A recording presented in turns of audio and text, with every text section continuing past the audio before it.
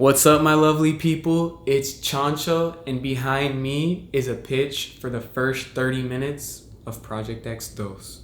All right. A while back, I heard there were some rumors, that they were going to make a Project X 2, and that was a while ago. I haven't heard anything else. So, here's the first 30 minutes of Project X 2, so that you guys can make it. Cause who doesn't like Project X 1? Am I right? Okay. So, who the fuck is going to write the story for Project X 2? None other than the GOAT himself, Michael Bacall. All right? We need him, but we also need the GOAT, Matt Drake. All right? He wrote the screenplay as well. Who is going to be directing Project X 2? Well, of course, just bring back the original director, Mr. Nima. I don't want to be disrespectful. I don't know how to pronounce his last name. But bring him back too. And then who's going to produce this movie? Todd Phillips. You see where I'm going here? Why reinvent the wheel? Just bring back everyone from the first one. The first one was amazing. All right? Oh, also we need a Corey Worthington cameo again. If we're making a second one, the first one wouldn't even be possible without him. So we just, he's got to show up for the second one. All right, the plot, the first 30 minutes. Are you guys ready for this? Okay, here we go. Opening scene. It's nighttime. All right? You got 4 friends who are college freshmen. It could be any college. I was thinking because Miles Teller played baseball at USC, this could take place at USC. But I don't really know how hard it is to get the rights, or I don't know, all right? If it's too hard to be at USC, it could just be any college. But anyways, it's nighttime. 4 friends who are college freshmen are walking down Greek Row, all right? I'm pretty sure every major university fucking has a Greek Row. They are on their way to their first ever college party. Okay? They're on their way to their first college party. Now, they get up to the front door of, the fraternity, the party house, whatever. And you have your stereotypical frat guy at the front door. He's facilitating who goes in and who comes out, all right? Now, the friends are walking up to the door. They see the guy, whatever. They're like, let's go. We're our first college party. They're about to walk in. And this guy's like, hold on. Where's your wristband? Because I'm pretty sure that's real. Like, you need a wristband to get into these things. So, maybe there could be a little bit, some back and forth a bit about the wristbands, okay? And he's like, sorry, bro. No wristband, no entry. You got, sorority. You just got people with wristbands walking in. He's letting them in. And then there's a guy with no wristband who walks in. And we're like, hold on. Why did he get in? He didn't have a wristband. And he's going to be like, because that's my boy. Because I know that's real too. So one of 2 things will happen next. Either they get denied, they don't go in the party, they get turned away. Or they get approved to be let in, but they get humiliated, all right? The frat people, whoever, they embarrass them. They get thrown out the party, and they're walking back to their house sad. Very sad. Because they wanted to party, it's their first college party. I forgot to mention, on their way back to the house, one of the friends' family members owns an investment property or just a house near campus, and that's where all these friends stay. Okay, they stay at a house. So they get back and they're sad, bro. They're disappointed. They wanted to party. Who goes to college to get an education? They just wanted to experience their first party. But one of the members of the group rises to the occasion, all right? The call to action. He's like, hold on, guys. Fuck them. We don't need them. We're going to throw not only the greatest college party of all time, but the greatest party of all time. Okay? So what do? They get to researching. None of them know how to throw a party. They've never been to a party. So they're researching how to throw a party, this and that, and the third, whatever, right?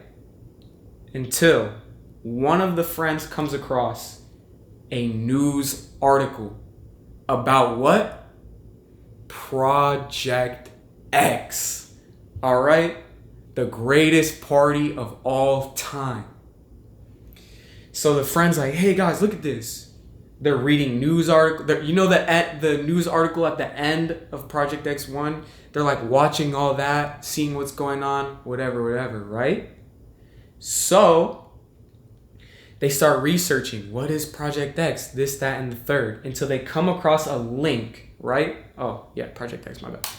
Until they come across an eBay link for a DVD of all the original film that was recorded at the original Project X. Okay? Now, who's selling this DVD? Well, it's an eBay user by the name of Dax Flame. All right? Keep that in mind. Remember that. So what do? They purchase the DVD. They watch. It arrives to their house. They watch it, and they are mind blown. They can't believe what they just watched. All right? They just watched the greatest party of all time. Now, they are in a predicament. They've never thrown a party before, and with that, they don't think they could throw one to this magnitude. How are they going to top Project X, right? So, the four friends devise a plan to recruit all the original members of Project X to help them throw the greatest party of all time. Okay? So, who do they go after first? Well, remember I said keep in mind they bought a DVD off a man named Dax Flame. All right? So, the friends remember that. They bought a DVD from eBay by a user named Dax Flame. So what do?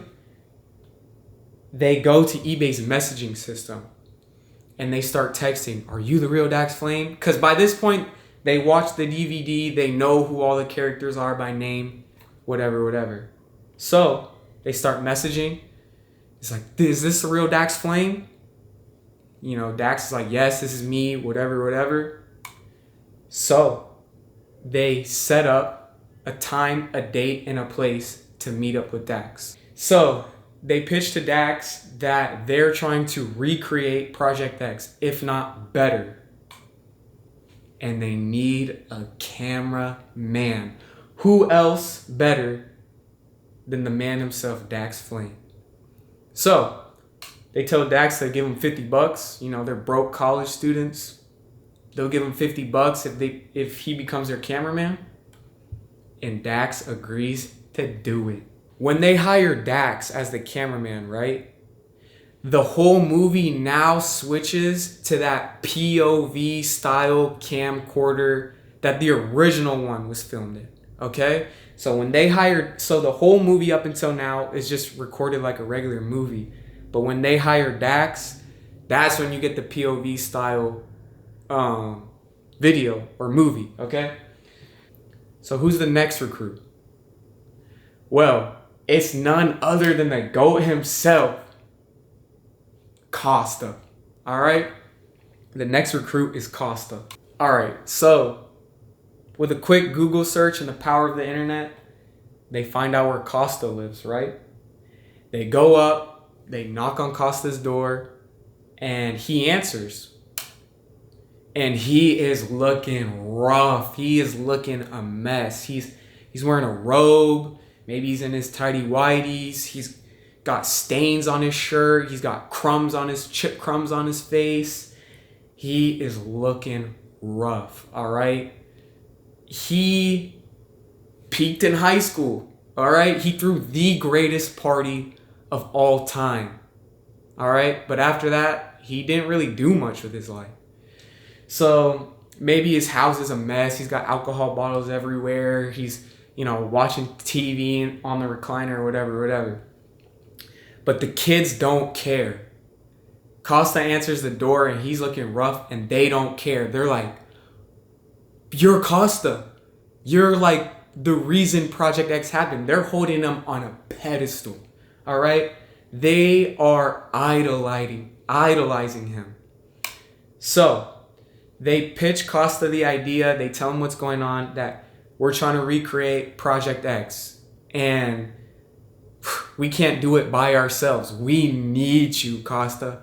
Costa, we need your help. This won't happen without you. So Costa's playing hard to get, you know him, like.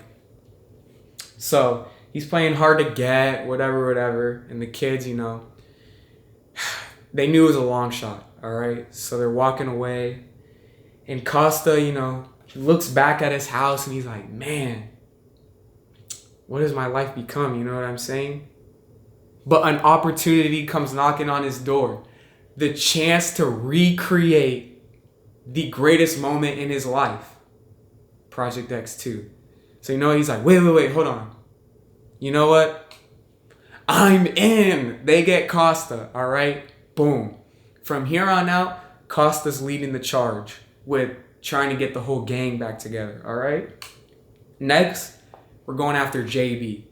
So if you guys have seen, there is a video made by Costa in real life, Oliver Cooper, who is trying to make Project X2. This was in the video, all right? This is not an original idea. But JB is in a mental hospital. I don't know why, but he's in a mental hospital, right? So what do? Well, we need all the original gang. With Costa leading the charge, we go and break him out. We go and break out JB. It'll be a really funny sequence of events, all right? After we recruit JB, because JB's a go with the flow type of guy, he's in, and we just broke him out of a mental hospital. Next, Kirby, all right? Kirby grew up to be a rock star, all right? She's a famous rock star. So we go to her concert, right? With Costa leading the charge. We're going through the crowd. We make it to the front of the stage. And Costa's like, Kirby, it's me, Costa. She stops the concert. She's like, Costa? JB? Dax? What are you guys doing here? You know what I'm saying?